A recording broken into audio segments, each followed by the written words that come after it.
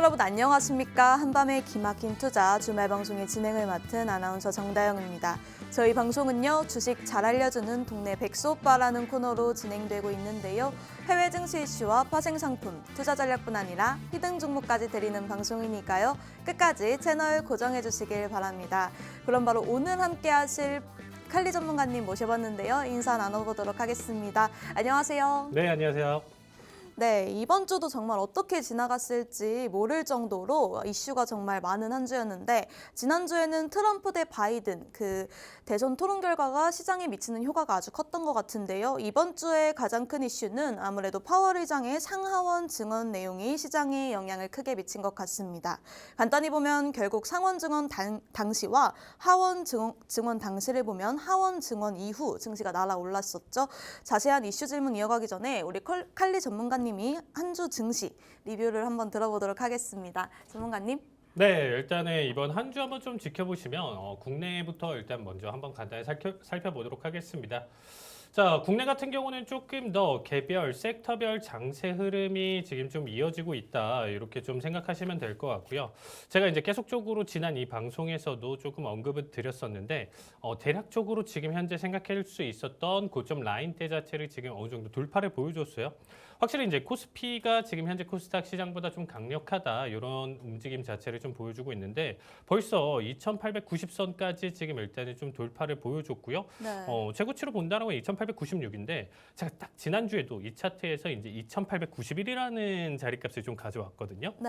그러니까 한 5포인트 정도 지금 좀 깨져준 모습이에요. 근데 사실상 조금 방송 보시는 분들, 그리고 이제 국내 투자를 하시는 분들은 조금 여기에서 좀 아쉬운 소리를 제가 조금 가져간다라고 하면, 당분간 이 2900대를 지금 좀 돌파하기는 좀 힘들지 않을까.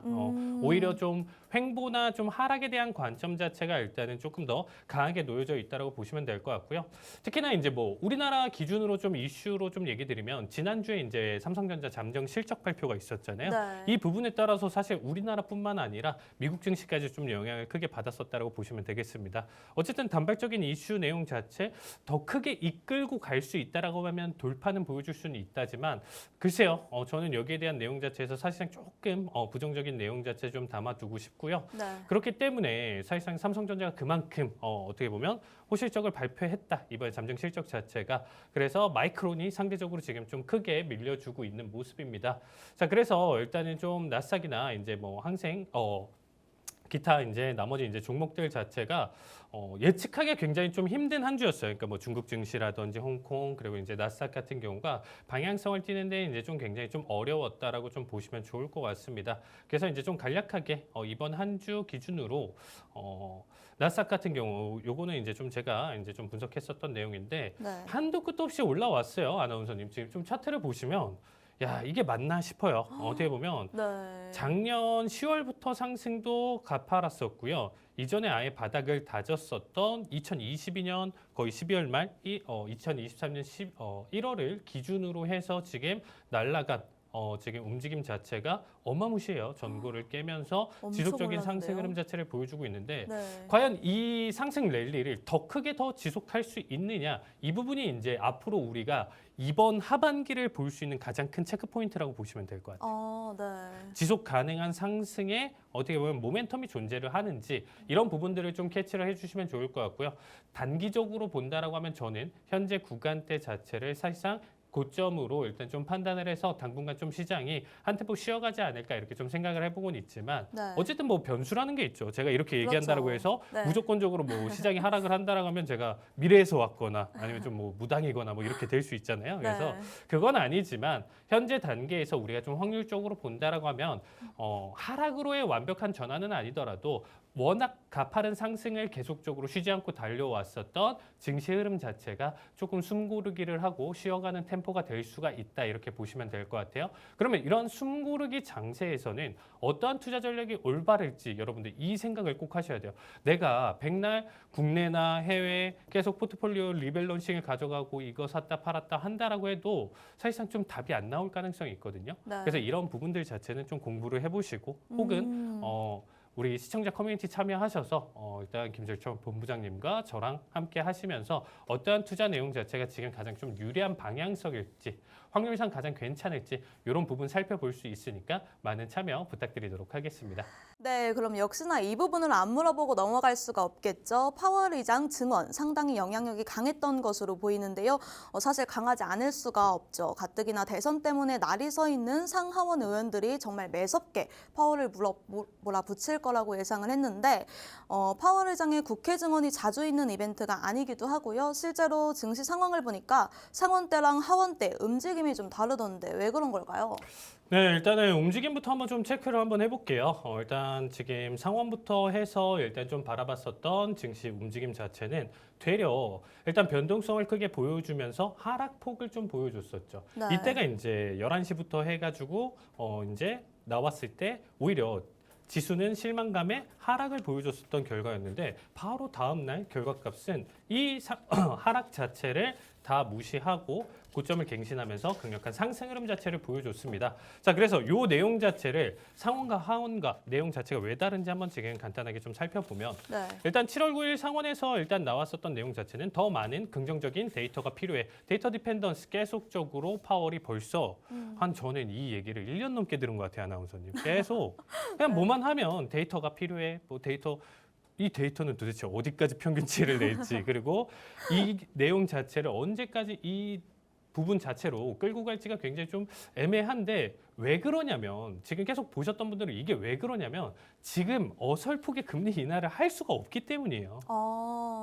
그래서 이 말로 돌려서 네. 최대한 지금 금리 인하 절대 못해라고 표현을 하면 시장은 이거 너무 매파적이다 날이 서 있다 이렇게 하면서 그렇죠. 하락으로 넘어갈 수 있으니까 네. 데이터를 보고 조금만 더 판단하자 이렇게 하면 최대한 좀 그래 데이터 다음 데이터 한번 보고 또 그러면 한 달, 뭐 2달 있다가 또 얘기할 때 잠깐만 좀 데이터를 한번 좀 더 볼게. 이런 지금 좀 시간을 끈다라고 보시면 돼요. 그러니까 시장에 충격을 안 주는 요소로 시장을 끌 수 있는 가장 좋은 요소를 선택했다라고 보시면 되겠습니다. 근데 이 내용 자체는 이번 상원에서도 똑같은 얘기가 나와줬다라고 보시면 될 것 같고요. 네. 그래서 1분기는 일단 실망스러웠었지만 최근 데이터 자체는 굉장히 좀 긍정적이다. 이런 얘기를 또 가져왔었고 미국 경제는 견조한 속도로 계속적으로 확장을 하고 있고 경제는 일자리 창출은 점점점 좁아지고 있다 이런 얘기를 했어요.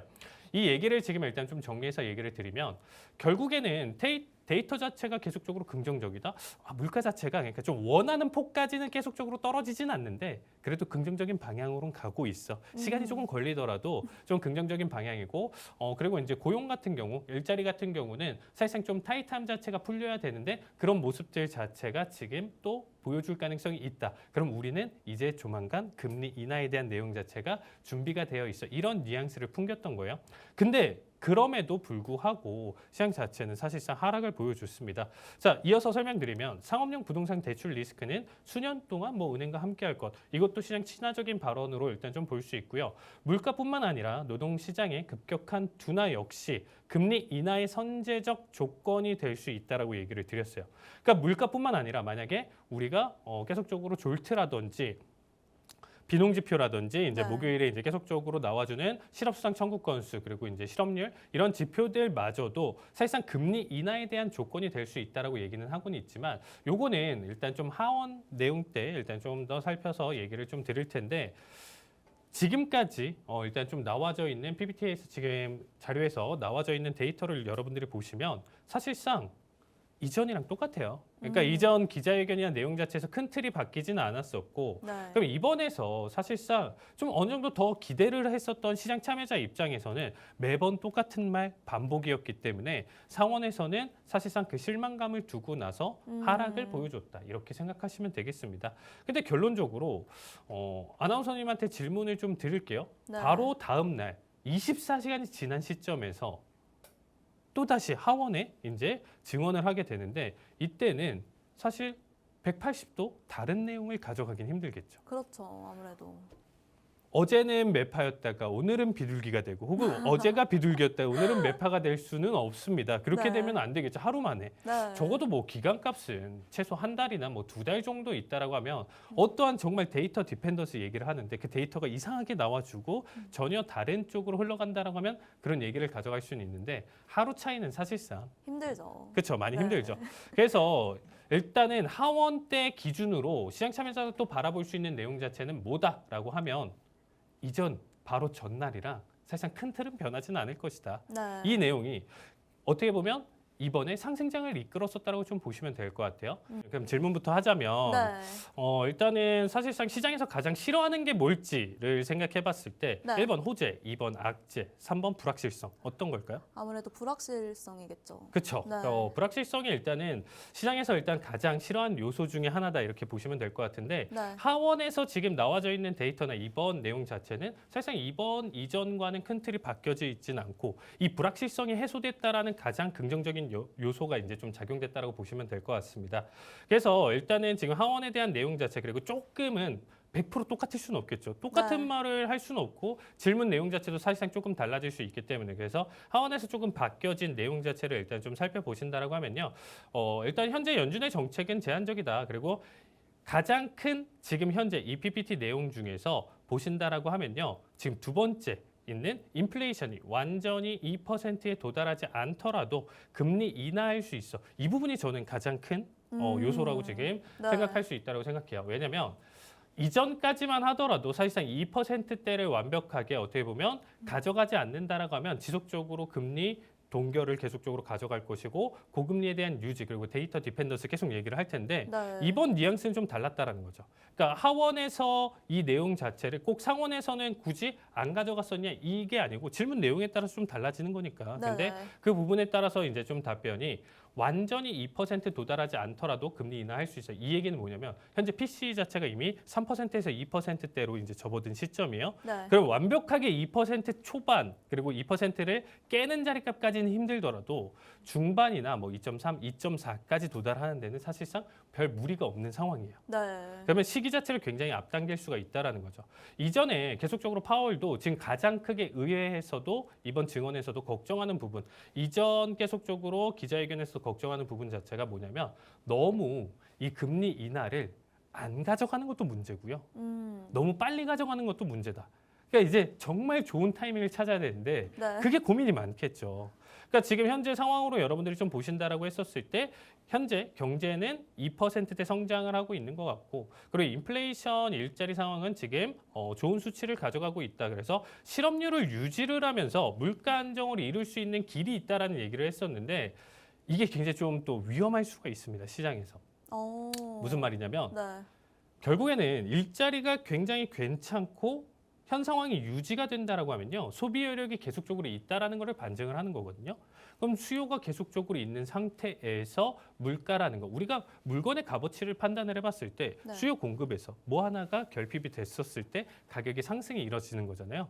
수요가 너무 많이 떨어진다. 사는 사람이 없어요, 아나운서님. 어떤 물건이 있어요. 노트북이 있다라고 하면 사는 사람이 없어요. 이걸 100만 원에 내놨는데 사는 사람이 없으면 결국에는 이게 너무 악성 재고로 바뀌기 전에 90만 원, 80만 원 어떻게든 할인이 돼서 판매가 이루어질 거 아니에요. 네. 근데 만약에 이 노트북이 너무 잘 만들어져서 100만 원에 하는데 없어서 못 사요. 그러면 우리는 가격에 프리미엄이 붙잖아요. 그렇죠. 그러면 110만 원, 120만 원. 이게 이제 우리가 시장에 대한 논리인데 사실상 일자리가 지금 현재 실업률 자체가 크게 이루어지지 않는 상황에서 본다라고 하면 소비 여력이 받쳐져 있는데 물가 자체가 지금 현재 긍정적으로 떨어질 수 있을 요소가 없다라는 거예요. 재화나 내용 자체 그 부분만 편중돼서 가져가진 않겠지만 어떻게 보면 따지고 본다라고 했을 때 긍정적으로 안정적인 2%로 돌리긴 힘들다라는 거죠. 그리고 가장 무서운 거는 잘못 선제적인 금리 인하를 단행을 했었을 때 네. 다시금 인플레이션이 폭발적으로 증가할 수 있는 내용 자체도 만들어질 수 있다라는 거예요. 그 부분이 만들어지는 순간은 사실상 시장 자체는 또 다시 패닉으로 빠질 가능성이 있습니다. 그러니까 이러지도 저러지도 지금 못하는 상황인데 어쨌든 간에 이번에 좀 칼을 갈았어요. 원래 올 초만 하더라도 작년까지만 하더라도 올해 3번 금리 인하한다라고 했었거든요. 네. 뭐 6월 달 혹은 작년까지만 하더라도 1월 달에도 사실상 금리 인하 가능성이 있었어요. 그 얘기를 시장에서 계속 설레발도 있었긴 했었는데 결국에는 9월까지 지금 현재 끌어지는 상황이고 ECB나 캐나다에서 먼저 선제적인 금리 인하를 했기 때문에 거기서 만약에 물가가 폭증하는 결과값이 나와줬다라고 하면 문제가 생겼을 거예요. 네. 근데 그런 문제가 크게 보여주고 있지는 않다 보니까 아마 이제 9월 달에는 적어도 올 한 해 기준으로 추가적으로 더 가져갈 수는 있다라고는 하지만 한 번 정도는 해볼 수 있다. 그 부분이 시장에 엄청난 큰 충격을 가져가기는 저는 힘들다라고 생각하고 있고요. 어쨌든 지금 현재 상원, 하원 이번 내용 자체 이벤트로 조금 정리를 해본다라고 하면 결론적으로는 불확실성에 대한 지금 소화를 가져가면서 시장 자체는 지금 급등을 보여줬었고 결국에는 역사상 신고가를 계속적으로 좀 갱신했었던 결과값이었다 이렇게 보시면 될 것 같습니다. 그래서 지금 현재 90% 이상대까지 9월 달에 금리 인하 가능성이 지금 좀 시장에 놓여져 있고 우리는 이제 9월 달 금리 인하를 준비해야 된다 이렇게 정리를 드리고 싶습니다. 네, 저희 칼리 전문가님께서 하원 증원 때 불확실성에 대한 소화를 가져가면서 증시가 지금 날아오르고 있다고 정리를 해주셨는데 이렇듯 저희 시장은 불확실성을 싫어한다. 오늘 꼭 기억하고 가야 할 내용인 것 같습니다. 그런 의미에서 이번 주는 또 하나의 불확실성 이벤트가 있었는데 방송 녹화일 기준으로 어제 미국 소비자 물가지수 CPI 지수가 발표가 됐습니다. 예상외로 하회를 했는데 이에 따라서 미국도 기준금리 인하 가능성이 커지고 있는데요. 저희가 어떻게 대응해야 될까요?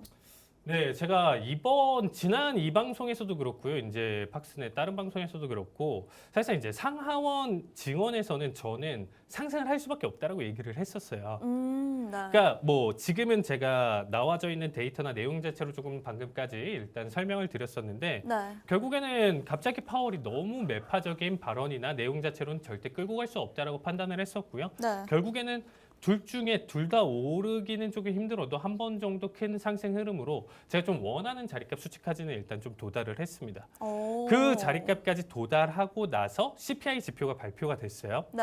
그래서 오히려 저는 어제 개인 라이브 방송 이제 시청자분들 이제 참여하시는 라이브 방송까지 이제 좀 진행을 하는데 네. 거기서 강력하게 얘기를 했었습니다.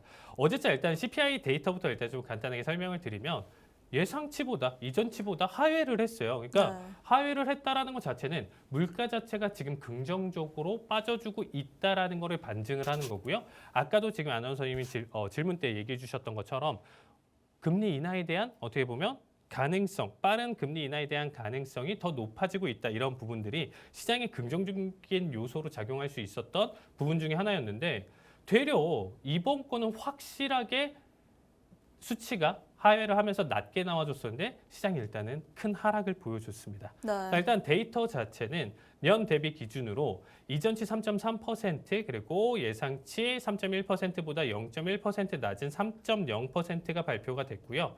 월 단위 기준으로 본다라고 하면 0.1% 높게 나와줄 수 있었던 부분 자체가 마이너스 0.1%로 오히려 계속적으로 예상치보다 이전치보다 하회해준 모습을 가져가고 있습니다. 그리고 이제 6월 근원 소비자 물가지수 코어 CPI 같은 경우도 다 0.1%씩 낮게 잘 나와줬다라는 거예요. 네. 그러니까 저는 사실상 이 부분은 좀 이전에 이제 본부장님 의견이나 내용 자체에 좀 많이 동의를 하는 게 뭐냐면 뭔가 딱 정해진 것처럼 딱딱 좀 조작을 하고 있지 않나 싶을 정도로 네. 맞춰지고 있어요. 그러니까 사실 이럴 수가 없거든요. 근데 이제 대선도 남았고 여기서 만약에 근데 들어 올리면서 넘어간다라고 하면 정말 또 불투명해지기 때문에 네. 금리 인하 시점이나 내용 자체가 아예 대선 이후로도 불투명해지기 때문에 사실 이거는 좀 미국에서 손 쓰지 않았나 이렇게 좀 조심스럽게 저 역시도 예측을 해봅니다. 근데 이번에 상세하게 좀 데이터 내용 자체를 살펴보면요. 사실상 이제 가솔린이랑 이제 기타 화석연료 물가 자체 하락세는 지속적으로 이제 하락세 자체 이제 지속적으로 이제 가져가고 있다고 보시면 될 것 같고요. 이제 공급값이랑 이제 중고차 가격 물가가 이제 대폭 하락을 좀 보여줬습니다. 일단 긍정적인 전망으로 일단 좀 살펴봤었을 때 물가 하락세는 어쨌든 지속적으로 나와주고 있고요. 금리 인하에 대한 가능성 자체가 계속적으로 상승을 가져가고 있다. 이 부분 자체는 맞다라고 보시면 될 것 같습니다. 대신에 오히려 발표 직후에 급등을 보여줬어요. 이거는 차트를 보면서 이제 좀 간단하게 설명을 드리면 이게 이제 어제자 CPI 발표 때 9시 30분 저녁 9시 30분 발표인데 거의 뭐 100포인트 가량 상승 흐름 자체를 크게 보여줬습니다. 그래서 네. 발표 당시에는 큰 상승을 보여줬었는데 그대로 본장 전까지 그 상승폭을 다 반납을 했었고요. 본장부터 매섭게 빠지면서 와, 낙폭을 보시면 이거는 그냥 원웨이 하락이에요.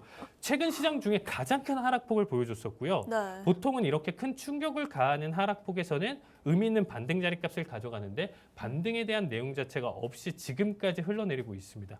이게 선물 데이터다 보니까 지금 현재 방송 녹화일 기준으로도 실시간으로 계속적으로 낮 프리장 기준으로도 하락폭을 크게 보여주고 있다고 보시면 될 것 같습니다. 요거는 굉장히 중요한 시그널로 여러분들이 생각해 주시면 될 것 같아요.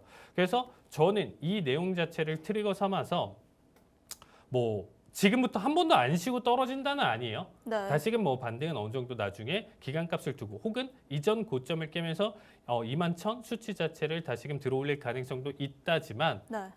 이전처럼 상승을 계속적으로 주도적으로 가져가는 시장 자체는 굉장히 좀 힘들 것이다 이렇게 좀 얘기를 드리고 싶습니다. 자 어쨌거나 지금 현재 지금 좀 바라본다라고 하면 네. 낙폭이나 매도세 자체가 지금 현재 강하게 보여줬다라는 거는 네. 오히려 시장에서 긍정적인 요소를 담아두고 있는데 이러한 큰 하락폭은 사실상 지금 현재 시장이 굉장히 좀 비정상적이었다라는 걸 충분히 반증시킬 수 있었던 내용이라고 보시면 될 것 같습니다. 자 일단은 CPI에 대한 지금 현재 부정적인 요소로 좀 판단을 한다라고 하면 일단 PC 반영 지표는 일단 큰 변동성 자체가 없어요. 그러니까 주거비, 의료 서비스 이런 부분들이 PC 쪽에 이제 좀 많이 반영이 되는데 이번 주요 체크 항목에서 CPI 자체에서 넘어서 판단을 해본다라고 하면 그 내용 자체가 크게 전달이 안 된다는 거죠. 그러면 이전에도 사실 이 방송에서도 항상 질문이 우리 CPI PC는 항상 가지고 가잖아요, 아나운서님. 네. 근데 이제 PC 같은 경우는 연준이 정책 결정 기준으로 봤었을 때 가장 중요하게 보는 요소 중에 하나인데 네. 사실상 PC 내용 자체에서로 본다라고 하면 PC 기준으로는 하락을 할 만한 요소 자체가 크게 없다라는 거예요. 왜냐하면 여러 가지 세부적인 항목에서 PC 쪽으로 가져가는 내용 자체가 크게 변동성 자체가 없고요. 그래서 또 혹은 7월 금리 인하도 아직 남아 있는데 네. 7월 달 자체는 지금 거의 못 박았다는 거예요. 그러니까 아예 가능성이 없다. 이런 내용 자체 실망감에 따라서 하락을 보여줬다. 이렇게 지금 좀 체크가 되는 것 같아요. 네. 그래서 CPI 발표일 당일 어제자였어요. 이제 목요일에서 이제 금요일 넘어가는 이제 저녁 시간대 이제 기준으로 이제 좀 얘기를 드리면 이게 핀비즈에서 이제 나와져 있는 맵인데 왼쪽부터 여기 놓여져 있는 데이터 자체가 지금 다 빨간색이에요. 하나. 근데 이 빨간색을 가리키는 게 지금 네. 방송을 보고 계시는 시청자분들이 알만한 종목이 다 여기 있는 거예요. 자 왼쪽부터 보시면 마이크로소프트, 애플, 엔비디아, 브로드컵, 아마존, 구글, 메타 할 것 없이 테슬라. 어제자 테슬라는요 무려 8.4%나 당일 낙폭을 크게 보여줬거든요. 덩치가 큰 이러한 빅테크가 네. 단발적인 낙폭 자체를 크게 보여주는 게 8%가 넘는다라는 거죠. 그러니까 미증시 자체는 그만큼 상승을 최근에 쉬지 않고 달렸었던 만큼 혼날 때 굉장히 크게 혼날 수가 있다라는 거예요. 그러니까 우리가 생각하는 이전의 안정적인 종목, 빅테크들, 대형주들 이런 생각을 하시면 안 됩니다. 오히려 얘네 시총이 무겁다 보니까 빠지기도 쉽지 않고 오르기도 쉽지 않아야 되는 게 정상인데 네. 정말 깃털처럼 가볍게 올렸던 만큼 3조 달러, 시총이 한 종목에 3조 달러임에도 불구하고 낙폭이 굉장히 좀 매서울 수 있다는 거를 여러분들이 꼭 명심하셨으면 좋겠어요. 그래서 지금 이 방송 보신 분들은 우리가 이 7월을 기점으로 해서 하반기의 스타트를 보여주고 이제 실적 시즌과 더불어서 올 한 해를 지금 좀 지켜봐야 되는데 생각보다 앞에서 상승을 그만큼 작년부터 해서 연속적으로 달려온 만큼 한번 브레이크를 걸었을 때 굉장히 매서울 수 있다는 거죠. 그리고 네. 미국 증시가 기침을 했었을 때는 네. 우리나라 증시는 어떻게 되나요? 거의 저희도 뭐 영향을 받죠. 어떤 영향이냐면 폐병 걸려요. 폐병. 그러니까 기침을 하면 우리나라 증시는 폐병 걸려요. 그래서 제가 아쉬운 게 사실 미증시가 날아갔을 때 네. 국내 같은 경우는 그만큼 탄력을 못 받았어요. 전 세계적으로 봤을 때 손꼽힐 만큼 탄력을 못 받았는데 네. 만약 미증시가 이만큼까지 제가 하락에 대한 내용 자체로 지금 좀 견주어서 설명을 드린다라고 하면 사실상 아무리 오르려고 해도 좀 원하는 상승폭이나 내용 자체를 크게 기대를 못한다라는 게 굉장히 좀 아쉬울 수 있다라는 겁니다. 그래서 지금 방송 보신 분들은 사실상 포트폴리오에 대한 리밸런싱을 굉장히 크게 준비를 하셔야 되고요. 제가 가장 크게 추천드릴 수 있을 만한 내용 자체로 좀 설명드린다라고 하면 사실상 비중을 굉장히 좀 많이 축소시켜라. 어. 이전까지 지금 사실상 웬만한 종목들 지금 좀 가져가셨을 때 네. 다 상승 그리고 이제 빅테크 위주로 투자를 하셨다라고 하면 수익을 굉장히 좀 크게 보셨을 거예요. 그래서 네. 그런 종목들 같은 경우는 이제는 조금 덜어낼 준비를 좀 하시면 좋을 것 같고요. 네. 되려 지금 대각선 기준으로 좀 보시면 우측 하단 기준으로 지금 어떻게 보면 유틸리티 섹터들 그리고 기존에 계속적으로 계속 하락을 가져갔었던 소외를 받았었던 종목들 위주로 네. 지금 상승 흐름 자체를 보여줬습니다. 그래서 오히려 러셀 지수 같은 경우는 상승을 보여줬고요. 그리고 이제 다우 지수 같은 경우도 어제자 상승 흐름 자체를 잘 보여줬습니다. 그래서 사실상 마켓 기준으로 본다라고 하면 이전에 소외됐던 종목들을 이제는 물타면서 오히려 지금 좀 탈출할 수 있는 기회가 단기적으로 좀 만들어질 수 있다라고 보시면 될 것 같고요. 네. 장세 기준은 어떻게 보면 우리나라 이전처럼 테마 장세 위주로의 이제 장세 흐름 그리고 이 낙폭 자체가 적정선이라는 게 있는데 그 적정선 이상을 깨면서 넘어간다라고 했었을 때는 오히려 밈 종목에 대한 내용처럼 하락폭을 굉장히 좀 크게 가져갈 가능성이 높습니다. 그래서 네. 밈 종목 위주로의 장세가 넘어간다라고 하면 더 이상 시장을 굳이 무리하게 해석하시지 마시고 상반기 때 벌어놓은 걸로 즐기시면서 하반기는 조금 보내주셔라 이런 얘기를 좀 드리고 싶어요. 대신에 네. 하락에도 투자할 수 있는 여러 가지 요소들이 많거든요. 어떤 게 그러니까 있을까요? 굳이 우리가 네. 꼭 상승을 해야만 수익을 가져갈 수 있는 내용 자체로 우리가 해석을 보시지 마시고요. 하락을 했었을 때도 우리가 투자를 할 수 있는 그리고 리스크를 회피할 수 있는 해지 수단으로 가져갈 수 있는 내용들이 많아요. 그래서 네. 저는 이번 하반기에 대한 컨셉이랑 테마 자체는 지금 현재 나와줄 수 있는 조정 장세, 하락에 대한 내용 자체를 좀 준비하자 이 내용을 컨셉으로 잡고 있습니다. 단순히 뭐 네. 하락을 한다라고 해서 무조건적으로 뭐 선물 숏 투자, 매도 투자를 하셔라 이건 아니에요. 네. 대신에 그 안에서도 만들어질 수 있는 내용 그리고 단기적으로 지금 소외받았었던 종목의 상승 이런 부분들을 좀 단발적으로 끌고 갈 수 있기 때문에 시청자 커뮤니티 참여하시면 이런 부분들 많은 혜택을 가져갈 수 있기 때문에 많은 참여 부탁드리도록 하겠습니다.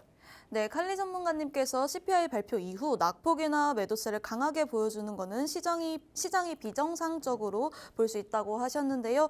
이때는 비중을 축소시키고 테마주 위주로 보는 게 좋을 것 같다고 말씀해 주셨습니다.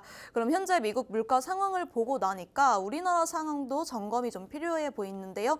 결국 금통위에서 다시 한번 동결을 결정을 하면서도 금리 인하 시기를 조절하고 있다는 언급을 하면서 금리 인하에 대한 기대감을 키웠습니다. 사실 시장은 크게 반응하지 않는 모습이었는데 이유가 대체 어떤 건지 궁금하고 미국은 금리 인하 기대감이 나올 때마다 크게 오르는 모습인데 우리나라는 반응이 미적지근한 이유가 어떤 걸까요, 전문가님? 네, 일단 좀 살펴보도록 하겠습니다. 이제 12회 연속 금리 동결을 좀 가져가고 있어요. 네. 근데 사실상 우리나라 좀 보신다라고 하면 저는 좀 약하게 좀 얘기를 하겠지만 우리 본부장님은 여기서 아주 그냥 좀 강하게 수위를 좀 높게 이제 좀 얘기를 하셨었죠. 네. 이 부분에 대해서 굉장히 좀 안타까운 얘기를 좀 강하게 좀 어필을 했었는데 자 어쨌든 우리나라는 그만큼 주도권이 없습니다. 이미 미국 증시랑 우리나라랑 사실상 좀 생각해서 일단 좀 판단하기는 좀 힘들고 거기에 따라서 금리 10의 연속 동결을 가져왔지만 그래도 이번 내용 자체로 우리가 좀 긍정적으로 좀 바라볼 수 있는 내용 중에 하나는 이제부터 네. 금리 인하 시기를 검토해 나갈 것이라고 얘기를 했거든요. 네. 근데 이것도 좀 뭐냐면 결론적으로 미국이 9월에 금리 인하를 단행을 할 테니까 우리도 거기서는 맞춰서 가겠다라는 의지인 거죠. 주도권 있게 이미 앞에서 선제적인 내용 자체로 우리가 먼저 가져가고 이런 내용 자체가 없다라는 거예요. 근데 우리는 미국만큼의 금리 인상을 이전에도 가져가지도 못했었고요. 네. 계속적으로 12회 동결을 가져가면서 주도권, 뭐 어떠한 정책 결정이나 이런 부분들이 좀 많이 없었어요. 그래서 어떻게 보면 최근에 상승을 못 가져갔었던 내용 자체가 이 부분도 사실상 일부 영향을 크게 끼쳤다. 저는 이렇게 생각을 하고 있습니다. 근데 이제부터는 금리 인하 시기를 이제 검토해 나갈 것이다라는 얘기를 가져간 만큼 네. 조만간 금리 인하에 대한 내용 자체를 시사를 하고 있는데 이거로 지금 좀 넣고 봤었을 때 그동안 선제적인 금리 인하를 못했었던 내용 중에 하나는 먼저 가져가면 어떻게 될까요? 아나운서님. 달러 강세가 계속적으로 좀 지속될 거고요. 네. 달러 가치가 계속적으로 그만큼 올라간다라고 하면 어떻게 보면 환율적인 측면이나 내용 자체에서 우리나라에서 불리할 수밖에 없습니다. 네. 그런 요소가 작용된 상태에서 넘어간다라고 하면 산업 전반적으로 판단을 해봤을 때 안 좋은 모습을 보일 수 있기 때문에 그동안 꾸준히 12회 연속 금리 동결을 좀 가져갔었다라고 보시면 될 것 같고요. 일단 국내 소비자 물가 상승률은 지난달 2.4%를 좀 기록을 하고 있어요. 근데 우리 국내 데이터를 본다라고 하면 저 역시도 조금 믿을 수가 없다. 실질적으로 우리가 네. 아나운서님 불과 저는 이런 느낌이 들어요. 한 2년, 3년 전만 하더라도 이제 뭐 한 끼 식사를 내가 가볍게 한다라고 하면 당연히 뭐 10,000원 내외로 혹은 네. 조금 간단하게 먹는다라고 하면 뭐 6-7천 원 선에서도 먹을 수 있다라고 하는데 이제는 뭐 국밥 하나를 먹던 뭐 햄버거를 뭐 하나를 먹던 간단하게 먹는다라고 하더라도 10,000원 이상의 지출은 당연하다는 네. 시장으로 바뀌었다라는 거죠. 그리고 이제 뭐 마트를 가서 장을 본다던가 이렇게 했었을 때 각각의 뭐 물가라든지 이런 부분들이 굉장히 좀 체감이 많이 돼요. 네. 근데 지금 소비자 물가 상승률은 2.4%밖에 안 됐대요. 이게 좀 굉장히 좀 아이러니하죠. 네, 근데 그렇죠. 계속적으로 한은은 지금 예상 경로에 지금 좀 부합하고 있다라는 얘기를 좀 가져가고 있고요. 미국 금리 인하 어쨌든 9월로 수렴하는 분위기로 일단 좀 가져가고 있기 때문에 거기에서 일단 좀 맞춰서 우리도 일단은 이번에 검토를 해 나갈 것이다. 그래서 지금 좀 결론적으로 좀 얘기를 드린다라고 하면 주도권이 없었던 내용이었기 때문에 사실상 이번에 대한 결과값이나 내용 자체도 시장에서 크게 반응을 하고 있지 않다 이렇게 생각하시면 될 것 같아요. 그러니까 미국은 주도권이 있게 그나마 네. 일단은 대응을 가져간다라고 하면 우리는 꼭 미국이 어떻게 하면 따라서 미국이 어떻게 하면 따라서 이거를 무시할 수는 없겠지만 그러한 흐름 자체를 계속적으로 좀 보여주고 있다라고 보시면 될 것 같아요. 그래서 네. 단기적으로 코스피 움직임 자체도 지금 오늘자 결국에는 이 구간대 대비 지금 지속적인 낙폭 흐름을 보여주면서 1.5% 지금 현재 하락을 보여주고 있습니다. 그래서 네. 오히려 좀 긍정적인 얘기, 뉘앙스를 가져갔음에도 불구하고 시장은 지금 현재 조정 장세로 넘어가고 있다라고 보시면 될 것 같고요. 국내 대응 자체도 사실 좀 굉장히 좀 조심스러워야 되는 부분 자체가 대형주 위주로의 지금 좀 장세 흐름은 이제는 좀 많이 위험하다라는 얘기를 저 역시 드리고 싶고 네. 사실상 테마 종목 위주로 좀 계속적으로 좀 가져갈 것 같아요. 그래서 미국 같은 경우가 이제 계속적으로 선제적으로 호재를 받았었던 내용들 자체를 우리나라가 뒤따라오기 때문에 테마 장세 위주로 좀 단기적인 대응 자체를 저는 조금 추천드리고요. 우리나라 종목 같은 경우는 좀 장기 투자에 대한 관점 자체는 좀 많이 힘들다라고 좀 보시면 될 것 같습니다. 네. 그리고 이제 일라이릴리라든지 이제 노보노디스크 같은 경우가 저 역시도 계속적으로 작년 9월부터 이제 좀 강조를 드렸었던 종목 중에 하나였어요. 네. 비만 치료제. 아마 이 방송에서도 지난주, 지지난주 아나운서님이랑 좀 얘기를 했었던 내용 중에 하나였었는데 네. 정말 한도 끝도 없이 오르고 특히나 최근 들어서는 국내 같은 경우 더 큰 상승을 보여주면서 네. 오늘자 하락 장세를 보여준다라고 하더라도 나는 간다요. 뭐 페트론, 인벤티지랩 뭐 이런 종목들 같은 경우는 지속적인 네. 상승 흐름을 보여주고 있습니다. 그러면 여기서 투자 아이디어를 하나 지금 캐치할 수가 있다라는 거예요. 미국 거죠? 증시에서 네. 어쨌든 크게 상승을 받으면서 호재를 가져가는 종목 같은 경우는 거기에 대한 연관된 우리나라 종목들 같은 경우가 나중에 테마주로서의 어떻게 보면 상승 흐름 자체를 보여줄 수 있겠죠. 그나마 이런 지금 현재 테마주 장세로 본다라고 했었을 때 네. 우리나라 기준으로 본다라고 하면 뭐 K푸드 같은 경우가 좀 지금 현재 지속적으로 상승을 계속적으로 이끌어갈 가능성이 있다지만 네. 글쎄요 이제는 AI 반도체 이쪽은 위험하다. 이 얘기를 좀 드리고 싶어요. 우리나라도 네. 이쪽 관련해 가지고 이제 소부장주들 위주로는 좀 힘들어질 수가 있다라고 좀 얘기를 드리고 싶습니다. 그래서 오늘 제가 좀 히든 종목을 가져왔어요. 앞으로 이제 좀 이 방송 내에서도 이제 좀 히든 종목을 가져왔는데 네. 앞에서도 설명드렸었지만 이 7월부터 하반기를 맞이하는 시점에서는 사실상 우리가 하락에 대비하자예요. 그래서 하락에 좀 대비할 수 있는 종목인데 네. 제가 생각하기에는 빅테크 위주의 지금 하락폭이 앞에서도 얘기 드렸었지만 상승을 깃털처럼 그렇게 가볍게 올렸던 만큼 굉장히 지금 더 크게 혼나야 되는 시점이라고 보시면 될 것 같습니다. 그래서 네. 빅테크 아나운서님이 알만한 미국 증시 빅테크 몇 개만 한번 좀 대보시겠어요? 아마존. 그렇죠. 아마존 있고요. 네. 애플. 애플 그렇죠. 네. 그리고 구글, 구글. 테슬라 뭐 이런 종목들이 있잖아요. 네. 그러니까 상위 지금 놓여져 있는 이러한 종목들 포함해서 10개를 가져가는 ETF인데 이게 레버리지를 가져가고 있는 하락에 대한 ETN이라고 보시면 될 것 같습니다. 그래서 이 종목에 대한 내용 자체 투자 적기는 사실상 지금 타이밍을 놓치면 좀 힘들어져요. 왜냐면 네. 이미 뭐 몇 프로 이상 만약에 10% 20%가 걔는 수익이 났는데 그때부터 접근하면 모든 종목이 힘들어요. 사실상. 네. 이 종목뿐만 아니라 어떤 종목도 간을 보다가 이미 막 3, 40% 날아갔는데 이제 들어가야지 하면 꼭 그때 물리거든요. 그렇죠. 그러니까 타이밍 자체를 굉장히 잘 아셔야 돼요. 지금은 네. 상승에서 하락으로 전환시키는 변곡 구간이에요. 당연히 아직까지 최고점을 찍지는 않았다라고 하더라도 현재 가격 이 시기 타이밍을 놓친다라고 하면요. 밑에서는 정말 재미없을 수 있습니다. 적어도 지금은 물리더라도 네. 기간값을 준다라고 하면 본절은 나올 수 있다지만 네. 잘못 투자했을 때는 20% 30% 이상 손실을 가져갈 수 있기 때문에 적기 타이밍을 정말 잘 아셔야 된다는 거예요. 그래서 지금 방송 보신 분들은 이번 타이밍을 놓친다라고 하면 나중에 항상 제가 이 시청자 커뮤니티에서 질문을 받는 것 중에 가장 안타까운 것 중에 하나가 뭐냐면 네. 이미 저는 20% 30% 수익이 났는데 지금 들어가도 괜찮나요? 지금 괜찮나요? 어떻게 대응을 할지 모르겠어요. 그러면 당연히 안 된다라고 얘기를 드리죠. 네. 위험하다, 보유자 영역이다 이렇게 얘기를 드릴 수 있는데 그래서 굉장히 지금 좀 중요한 타이밍 이 히든 종목 같은 경우는 참여하신 분들 한해서 우리가 이 주말 방송에서 다음 주를 좀 준비를 할 수 있기 때문에 이 종목 받아보고 싶다 하시는 분들은 지금 우측 하단에 있는 시청자 커뮤니티 많은 참여 부탁드리도록 하겠습니다.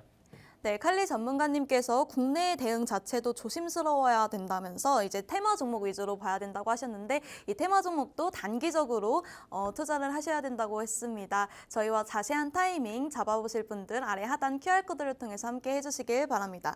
그럼 다음 질문으로 넘어가 볼 텐데 이제 거시적 이슈에 대한 이야기들은 여기까지 해보도록 하고요. 이제는 실적 시즌이 본격적으로 다시 시작됐습니다. 방송 녹화일인 금요일인 기준으로 미국 금융주를 필두로 실적 발표를 시작하고요. 우리나라 기업들도 다음 주부터는 실적 발표가 시작됩니다. 이번 실적 시즌에서 주목해야 할 기업들은 어떤 것들이 있을까요? 네, 일단 실적 일정을 한번 좀 정리를 해보도록 하겠습니다. 여러분들 굉장히 지금 시장 자체가 위험한 시장이에요. 저는 네. CPI 결과를 보고 나서 라이브 방송 때 어제였거든요. 어제 저녁이었는데 네. 초반에 결과 데이터를 보고 급등이 나왔어도 이제는 정확하게 그 자리값까지 정확하게 설정을 하면서 매도를 보자 얘기를 하면서 계속적으로 얘기를 했었거든요. 그러니까 지금 실적 같은 경우는 최근에 몇 번의 실적이 나왔을 때도 시장 자체는 계속적으로 상승 흐름 자체를 이끌어 갔었다라는 거예요. 그럼 네. 많은 사람들이 지금 어떤 생각을 하냐면 좀 당연시되는 상황으로 바뀌거든요. 네. 한두 번의 실적이 좋게 나와서 상승을 이끌었었던 거는 다음 실적 때 하락하면 어떡하지? 우려에 대한 내용 자체가 있는데 이게 4번, 5번, 6번 이상 계속적으로 상승장을 만들어버린다라고 하면 실적은 고로 상승을 이끌 수 있다. 지속적인 매수세가 나와줄 수 있다. 이 내용으로 가져가거든요. 네. 이럴 때가 굉장히 위험하다는 거예요. 머릿속에 이 내용이 있었을 때가 네. 추세 전환을 가져가면서 하락폭을 이끌 수 있다라고 좀 보시면 될 것 같아요. 자, 항상 근데 우리가 미국 실적을 한번 좀 챙겨보시는 분들은 아시겠지만 이제 금융주들 위주로 해서 그다음에 이제 빅테크들 이렇게 해서 이제 실적 발표가 이제 꾸준히 나와주고 있는데 네. 자, 일단 좀 바라볼 수 있는 게 월요일 날 골드만삭스랑 이제 블랙록의 이제 실적 발표가 있습니다. 근데 이제 블랙록 같은 경우는 저는 골드만삭스보다 이번에 좀 더 중요하게 여러분들 실적에 대한 내용 자체를 좀 지켜보셔야 될 거라고 생각하고 있어요. 왜냐하면 네. 최근 들어서 이슈가 뭐 또 있었냐면 비트코인의 상승이 워낙 좀 강력했다 보니까 네. 비트코인에 대한 ETF 이런 걸 지금 만들었었던 블랙록이 이 부분에 따라서 얼마나 큰 수혜를 받았었고 수익으로서의 이제 내용 자체가 실적으로 찍히느냐가 일단 가장 좀 중요한 관건인데 그래서 블랙록에 대한 실적 그리고 실적 발표에 대한 결과값을 가지고 단기적으로나마 어떻게 보면 상승에 대한 관점 단기적으로 흐름 자체를 이끌어갈 가능성이 높다 이렇게 좀 보시면 될 것 같아요. 그리고 이제 화요일 날 보신다라고 하면요. 유나이티드 그리고 이제 뱅크 오브 아메리카 그리고 모건 스탠리 찰스 슈왑 그리고 PNC 파이낸셜 이렇게 실적 발표가 있는데 모건 스탠리 같은 경우는 어떻게 보면 마이클 윌슨이 나가고 나서 베어 시장을 계속적으로 외쳤었던 분이었는데 어떻게 보면 이분이 이제 나가고 나서부터 이제 사실상 첫 실적 발표라고 보시면 될 것 같습니다. 그래서 강력한 슛을 외친 사람이 없었던 시장과 더불어서 지속적인 상승 흐름이 나와줬었던 시장이었기 때문에 네. 오히려 기대값 넷플릭스로 본다라고 하면 모건 스탠리도 저는 좀 나쁘진 않다라고 생각하고 있어요. 그래서 네. 이번 실적은 화요일 날 기대를 해볼 만한 내용 자체로 판단한다라고 하면 모건 스탠리 정도 집중해서 여러분들이 좀 봐주시면 좋을 것 같고요. 네. 그리고 이제 수요일 날로 본다라고 하면 지금 좀 볼만한 종목들이 좀 많은데 당연히 지금 좀 판단했을 때 ASML 쪽에 이제 좀 집중해서 보시면 좋을 것 같습니다. 네. 워낙 지금 현재 반도체가 너무 핫하잖아요. 그렇죠. 사실상 시장에서 얘기할 수 있는 게 AI, 반도체 뭐 이거 제외한다라고 하면 그렇게까지 큰 틀로 우리가 벌써 몇 달 동안 가져갈 만한 요소나 내용 자체가 없었습니다.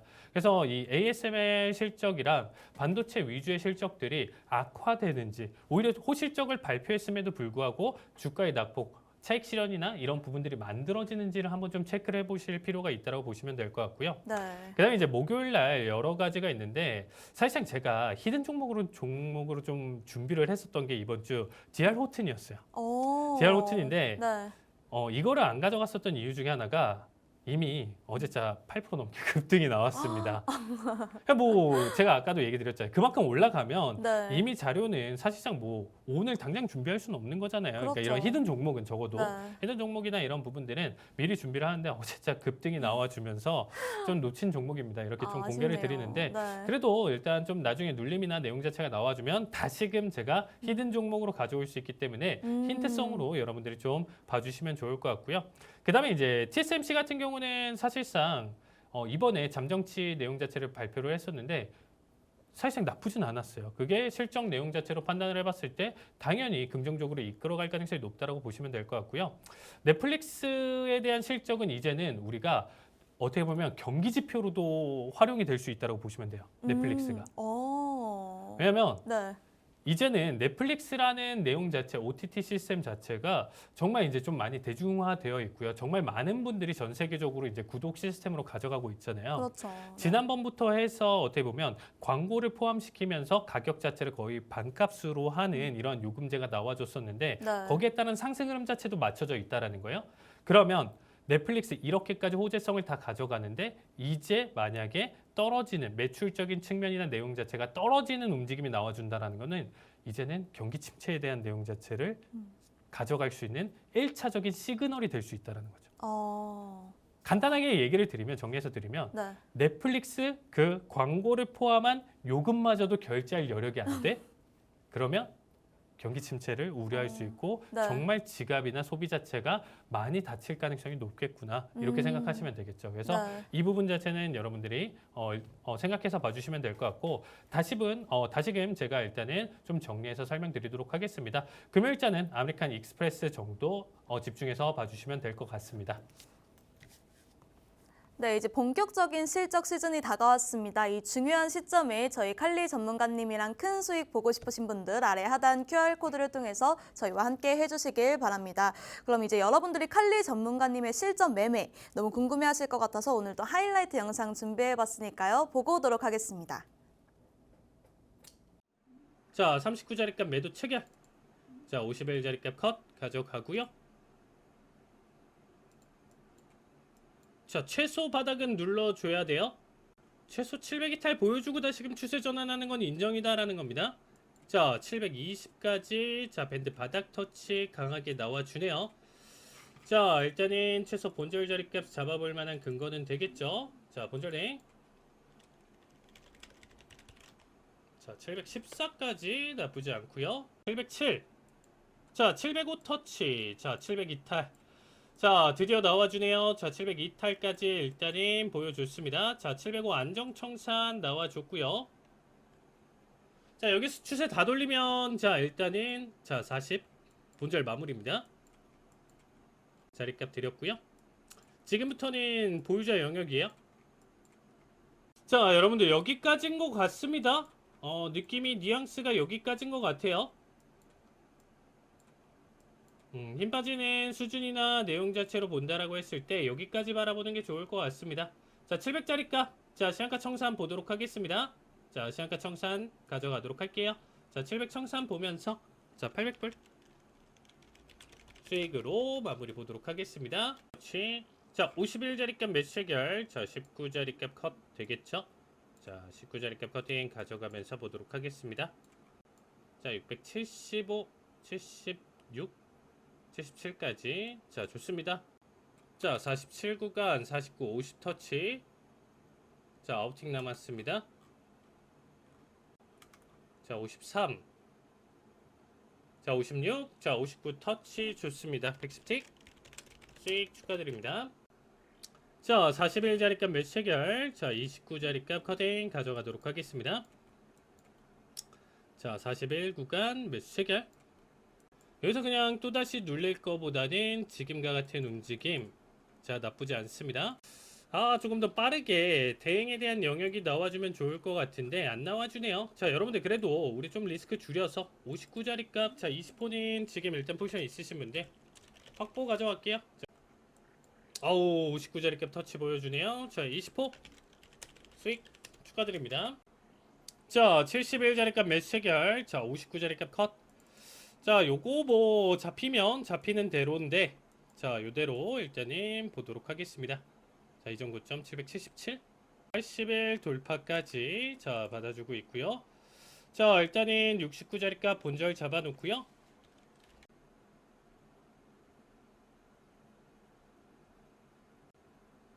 자, 터치 789 터치 20호 수익 축하드립니다, 여러분들.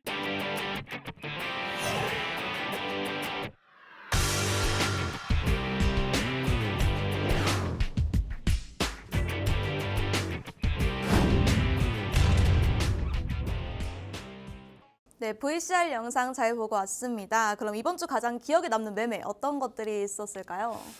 기억에 남는 매매는 어떤 게 있었냐면요. 사실상 이제 뭐 항생이나 내용 자체는 좀 개별적으로 이제 18,000에 대한 내용 자체를 좀 지지를 받으면서, 지지라고 해서 이제 어떻게 보면 네. 라운드 피겨에 대한 개념으로 좀 봐주시면 될 것 같아요. 그래서 18,000을 이탈하면 조만간 다시 지금 상승 보여주고 18,000을 또 깨서 넘어간다면 다시 18,000을 이탈하는 결과값을 보여줬는데, 네. 가장 기억에 남는 건 뭐냐면 나스닥을 제가 950에 대한 시나리오를 월, 화, 수 상승 그리고 목, 금 하락에 대한 내용 자체로 가져갔는데 네. 정확하게 월, 화, 수 상승을 보여줬었고요. 그래서 저는 월, 화, 수 대응은 매수로 가져갔었고요.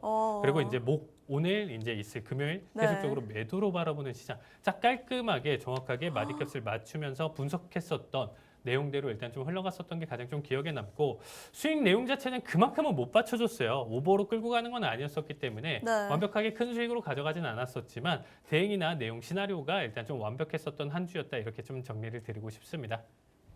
정말 완벽한 한 주를 보내셨는데요. 그럼 이제 해외 선물 상품별 투자 전략 세워보겠습니다. 칼리브 전문가님 부탁드립니다. 네, 일단은 지금 크루드오일부터 일단 좀 살펴볼 텐데요. 크루드오일 같은 경우는 제가 이 방송에서 계속적으로 매수에 대한 내용 자체 비율을 좀 설명을 드렸어요. 근데 네. 조금 낙폭을 가져갔었거든요. 지난주에, 그러니까 좀 단기적으로 하락을 좀 보여주면서 네. 84달러 이상에서 지금 현재 좀 보시면 81달러 지금 조금 언더까지 조정을 가져가다 다시금 올라와주고 있습니다. 네. 그래서 오히려 이건 좀 건강한 조정이다. 상승으로 가져갔을 때 일봉상 21선 터치하면서 가져가는 이러한 채널 라인대 파동 자체는 굉장히 좀 긍정적이라고 보시면 될 것 같고요. 네. 5일 같은 경우는 지속적인 상승 흐름, 그리고 86.18 자리값 좀 도전 구간 자체로 해석 보시면서 지속적인 매수 관점 봐주시면 좋을 것 같습니다. 자, 다음은 나스닥인데요. 나스닥 방금까지도 좀 설명드렸었던 내용대로 일단 950 자리값 기준으로 네. 지금 지속적인 매도세거든요. 그래서 단발적인 밴드 바닥까지 하락 가능성이 있다, 이렇게 보시면 될 것 같고, 그래서 19,560대까지 하락 가능성 높게 보여주고 있다라고 보시면 될 것 같습니다. 그리고 골드가 조금 말을 듣진 않았어요. 제가 예상했었던 것보다 하락을 키워가지 못하고 지금 단발적인 상승 흐름 자체를 보여주고 있는데, 골드 역시 이후 매도 관점 해석으로 2,400 이탈 시 봐주시면 좋을 것 같고요. 네. 구리 같은 경우는 지속적인 하락 내용 자체 만들어지고는 있지만 그만한 수치를 못 받아줬습니다. 그래서 구리 같은 경우는 4.42 자리값 이상 낙폭을 가져가면서 지속적인 매도 관점 봐주시면 좋을 것 같습니다.